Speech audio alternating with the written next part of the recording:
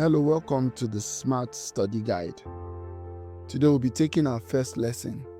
We'll uncover the secrets of learning by exploring how your brain works and how to use it effectively.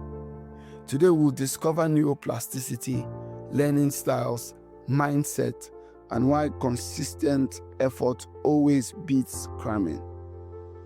Let's dive in. First up, let's talk about neuroplasticity. I know that sounds like a big fancy word, but here's what it means.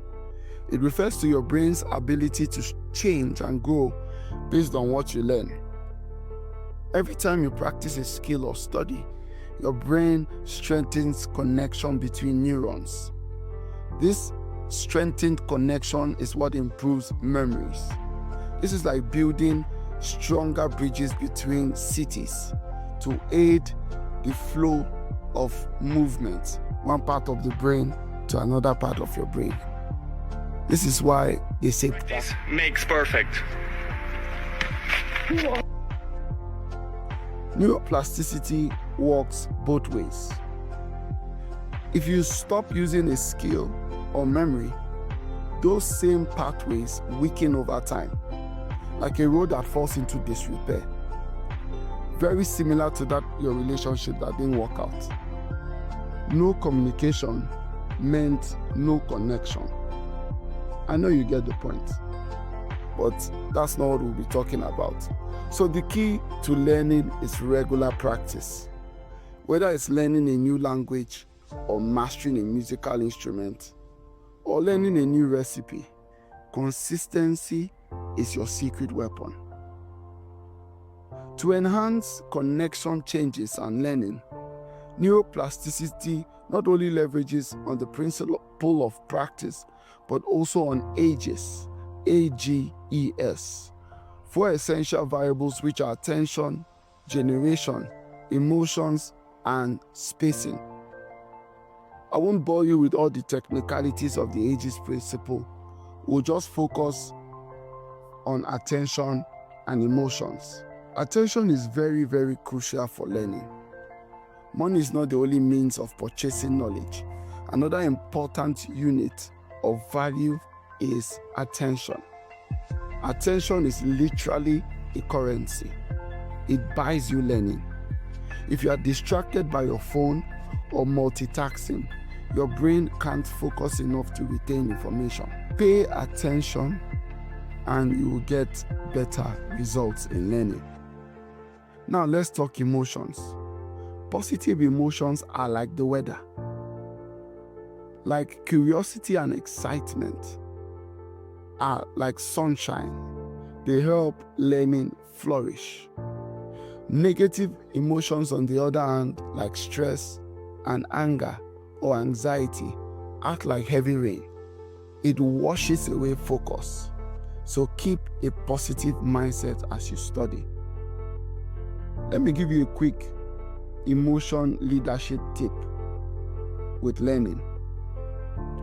In case as a leader you want to pass on an instruction to a subordinate or a team member, it's important you mind your emotions while communicating.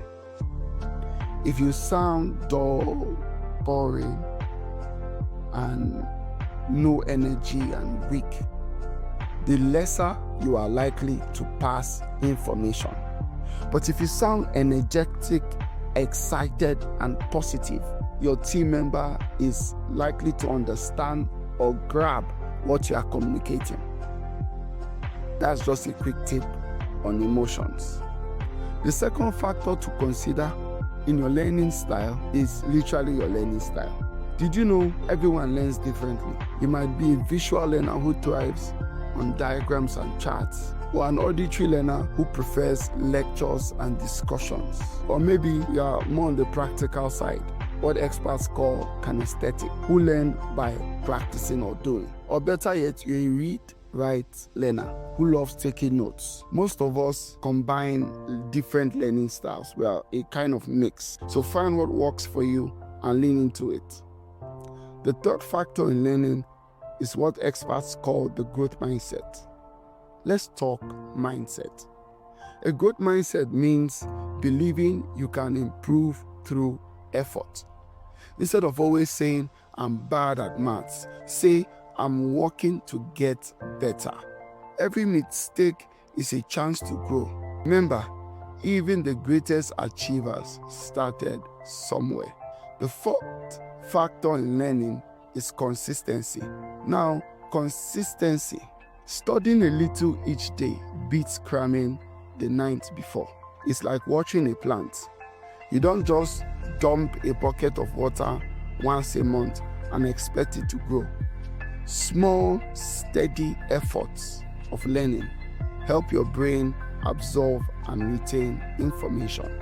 The fifth factor in learning is your learning technique. You want to supercharge your learning experience, then use an effective technique. There are techniques that make it way easier. Try techniques like spaced repetition.